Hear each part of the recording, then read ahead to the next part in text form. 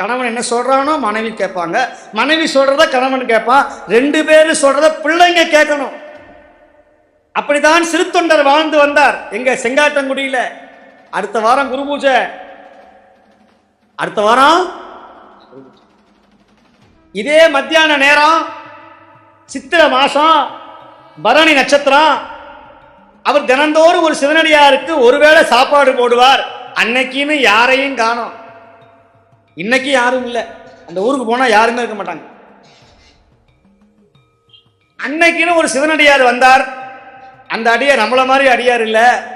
மண்டை ஓடு மாலை, சடாமுடி, தோல்ல சூலாயுதம், கருப்பு கலர்ல துணி, காலில் சலங்க, மர பாதரட்சை, கையில திருவோடு, கமண்டலம், தண்டம், கருப்பு கயிறுல பூணூல், அப்படியே கண்ணில் அப்படியே கோபம் தெரிக்கிற கண்ணு, பல்லெல்லாம் கார, ஆள் அப்படியே 10 அடி உயரம் வந்து நிற்கிறார். எங்க செங்காட்டங்குடிக்கு.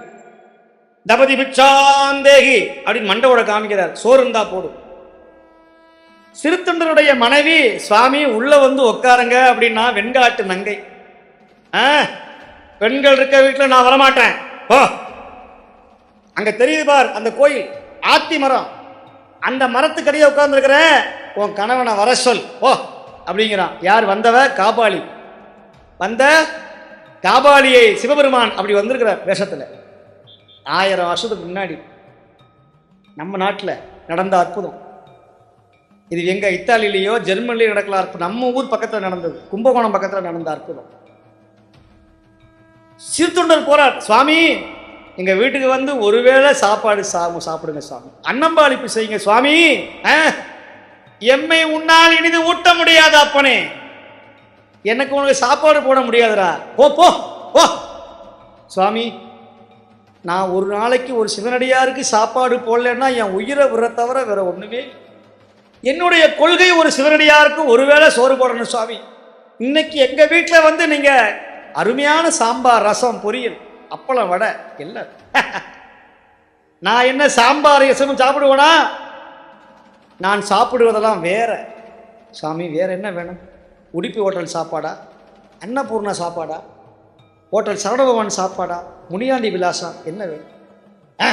அதெல்லாம் இல்லை. நான் சாப்பிட்றது எப்போ தெரியுமா? 6 மாதம் ஒரு தடவை சாப்பிடுவேன்.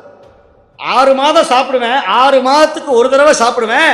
அடுத்த 6 மாதம், அப்ப ஆண்டுக்கு 2 தடவை சாப்பிடுவேன். இன்னைக்கு சாப்பிட வேண்டிய நாள் இன்னைக்கு வந்திருக்குது. உன்னால சாப்பாடு போட முடியாது சிறுத்தொண்டா, நீ போய்விடு, நீ போய்விடு என்று சொல்லுகிறான். யார்? பரமன். சுவாமி முடியவே முடியாது, நீங்கள் எங்க வீட்டுக்கு வந்து சாப்பிடணும், நைவேத்தியம் செய்யணும், அமுது பண்ணணும். அப்படிங்கிறியா? அப்படியா? சரி, என்னால் உன்னை பரிந்து இனிது ஊட்ட முடியாது. முடியும். நீங்க என்ன சாப்பிடுவீங்க? நான் சாப்பிடுவதோ பசு மாமிசம். பசு மாமிசமா?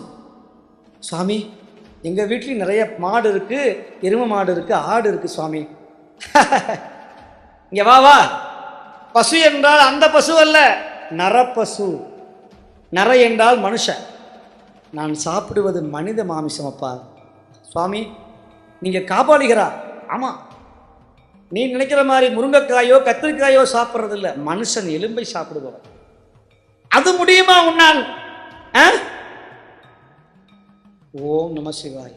பெருமானே, செங்காட்டங்குடி பெருமானே, இதுவும் உன் சோதனையா? சரி சுவாமி முடியும். சரி நான் செய்யறேன். நில்லு நில்லு, எங்க போற? நில்லு, வா சிறுத்தொண்டா, இங்கே வா. இன்னும் சொல்லி முடிக்கல, லிஸ்ட் நிறைய இருக்கு.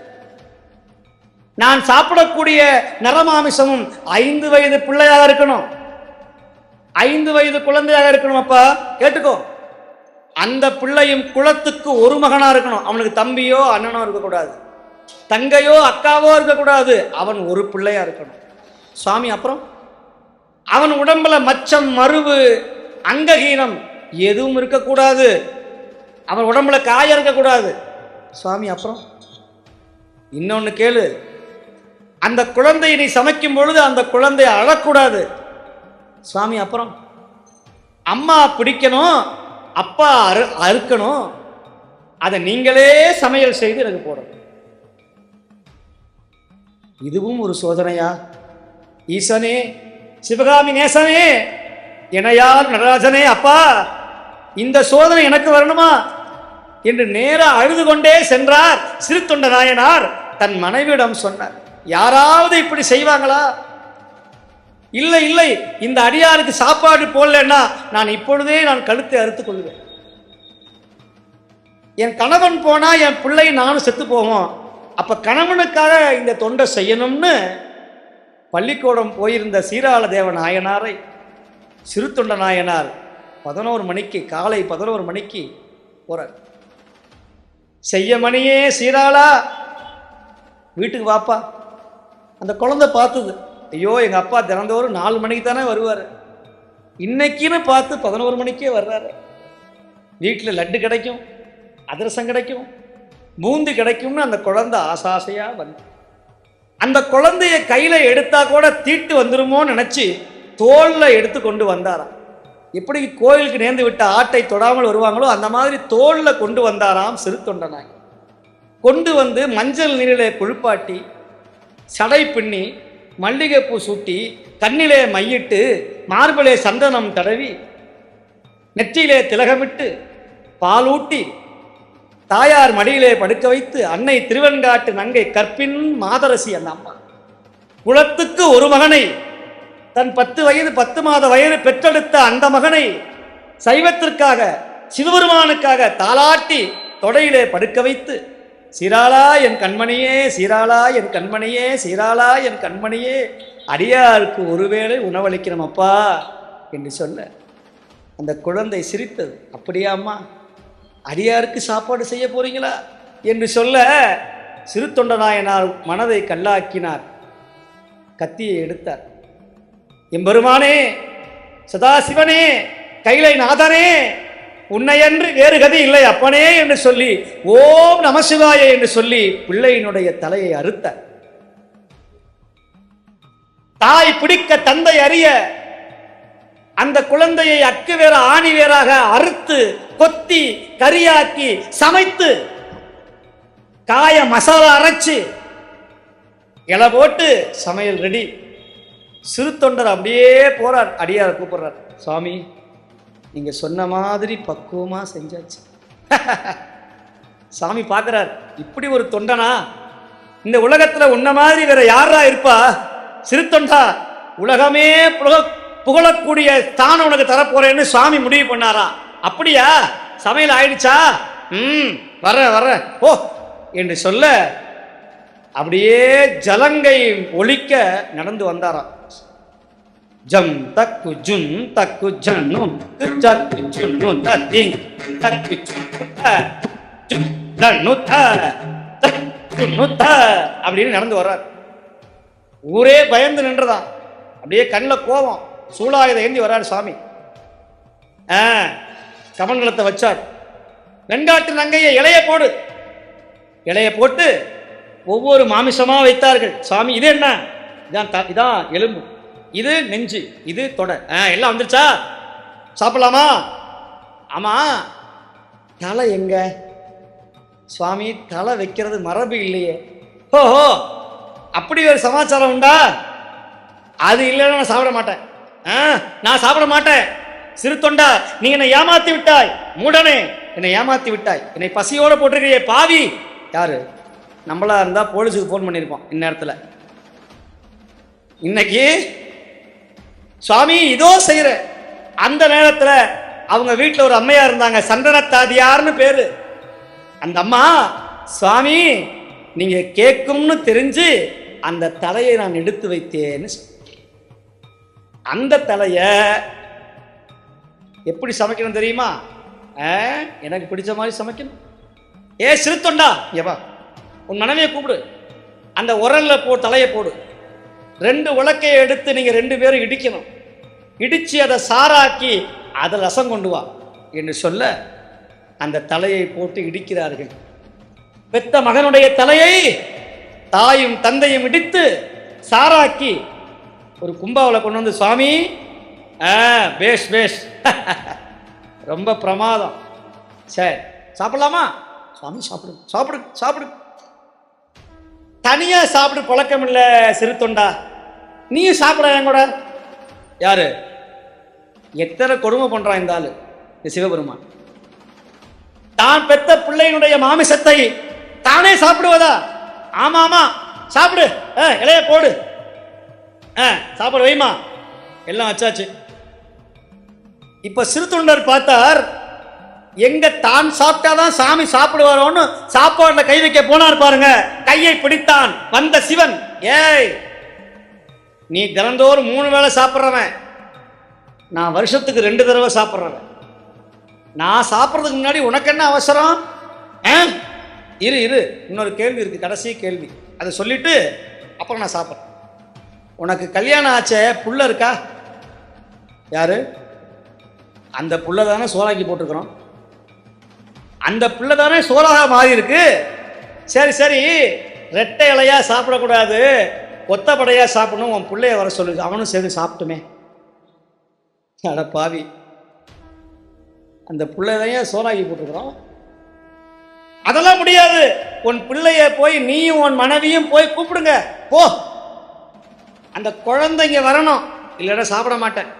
ஆமா என்று சொன்னார் காபாலி.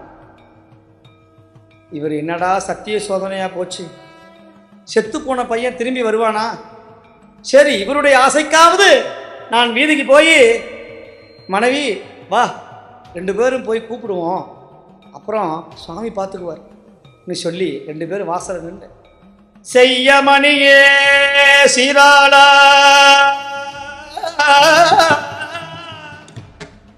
செய்ய மணியே சீராளா